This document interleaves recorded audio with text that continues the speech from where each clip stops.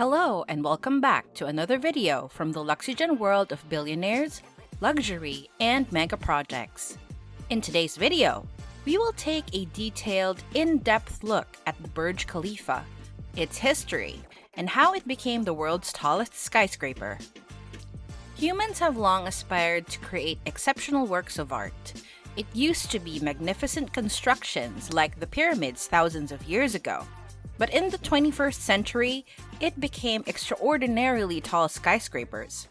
The Empire State Building was the world's tallest building for a long period, but several taller buildings followed. Dubai, United Arab Emirates has been home to the world's tallest structure since 2010. In this video, we'll look at how the Burj Khalifa, the world's tallest building, was constructed. Did you know that the Burj Khalifa receives over 1.8 million visitors each year, and that over 12,000 people work on the building site every day? The huge Burj Khalifa, which stands at 828 meters, has broken so many world records that it's difficult to keep track of them all. Among them are the tallest freestanding structure, highest observation deck, and tallest service elevator, to name a few. It also has the world's highest residential apartment. Sheikh Mohammed bin Rashid Al Maktoum, the ruler of Dubai, came up with the concept for the project. He aspired to make the city one of the world's most popular tourist attractions. The goal was to create something so exceptional that it would surpass anything humans had ever created before. The construction on this absolutely remarkable structure began in 2004. The building finally opened to the public in 2010, 6 years and $1.5 billion later. When compared to other tall buildings across the world, the Burj Khalifa's construction costs are actually quite modest.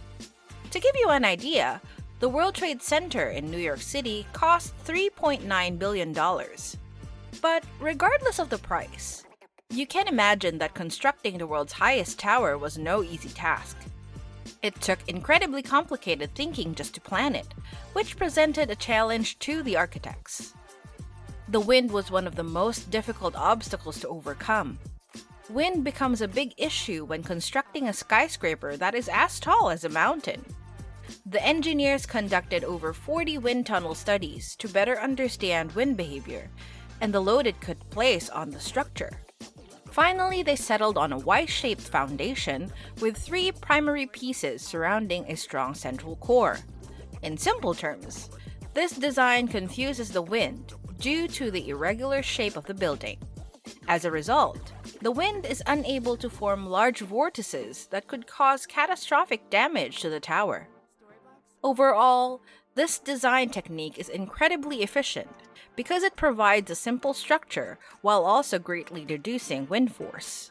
Despite this, the Burj Khalifa sways around 3 meters at its highest point. A 3.7 meter thick concrete mat supports the skyscraper's base, which is reinforced with lengthy piles that go 43 meters into the earth. Another major stumbling block was the heat. Because of Dubai's intense heat, construction workers had to mix ice into the concrete and pour it at night. They also built an outside coating consisting of reflective glazing with aluminum and stainless steel panels to withstand temperatures of 50 degrees Celsius. This necessitated the manual cutting of around 26,000 glass panels. Overall, thanks to the work of the architecture firms Skidmore, Owings, and Merrill, who merged local cultural elements with cutting-edge technology, they did a really decent job.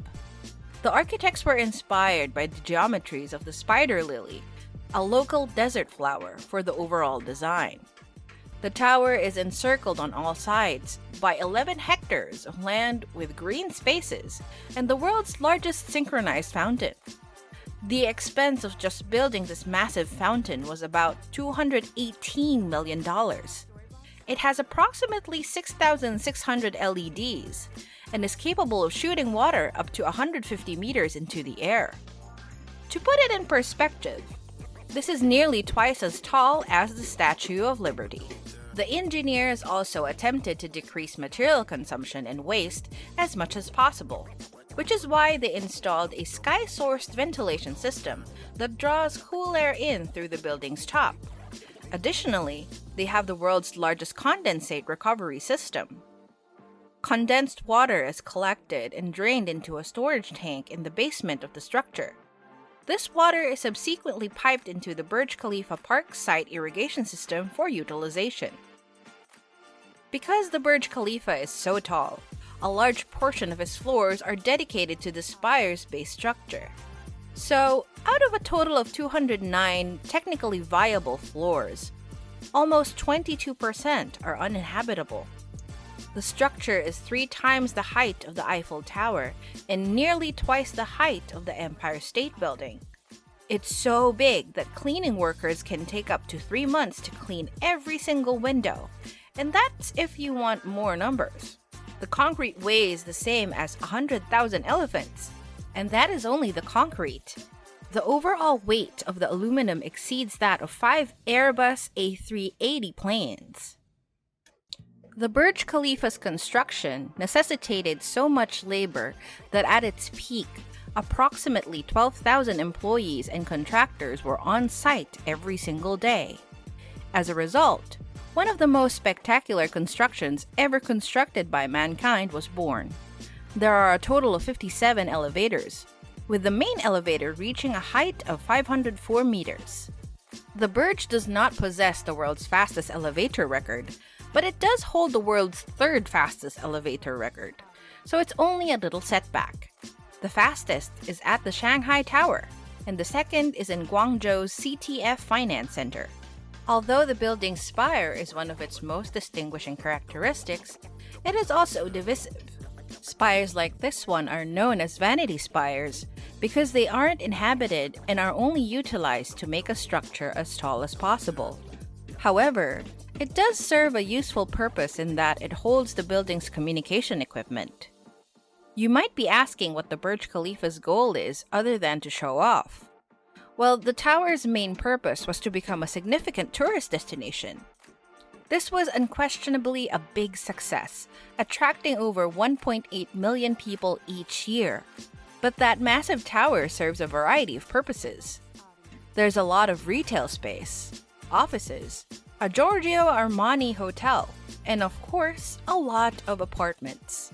There are 900 premium units ranging in size from studios to a massive 5-bedroom penthouse, with tenants having access to a variety of amenities, like a gym, a library, and conference rooms. They also have a cigar club, a gourmet shop, jacuzzis, and indoor and outdoor swimming pools. It also has the world's highest building-based observation deck, which is over half the height of the tower, and the world's highest restaurant, which is located on level 122 and sits at 441 meters. It does, of course, provide spectacular panoramic views. They also make sure to use the building for as many cool purposes as possible, which is why it hosts one of the world's most impressive fireworks displays on New Year's Eve. However, despite its opulence, the Burj Khalifa is not as out of reach as you might think, with studio apartments starting at just under $2,000 per month. A 1-bedroom apartment, on the other hand, will set you back a little more than $1 million. Many people anticipated that after the Burj Khalifa was completed, it wouldn't be long until another skyscraper was built. Many countries, including Saudi Arabia, have sought to construct a taller tower, such as the Jeddah Tower. However, the future of these projects is currently unknown. The Burj Khalifa has the potential to go down in history as the world's tallest building. What are your thoughts on the world's highest skyscraper, the Burj Khalifa? Is it worth all the tourist attention, or would it be better to fly to another tourist destination? Please leave your thoughts in the comment section below. Thank you so much for taking the time to watch this video. We hope you found it interesting, and that you learned something new about the Burj Khalifa and its construction. Please return to watch another Luxygen video. Please press the like button, slam that notification bell, and subscribe to our channel to remain up to speed on our latest videos. Till then, take care and we'll see you in the next Luxygen video.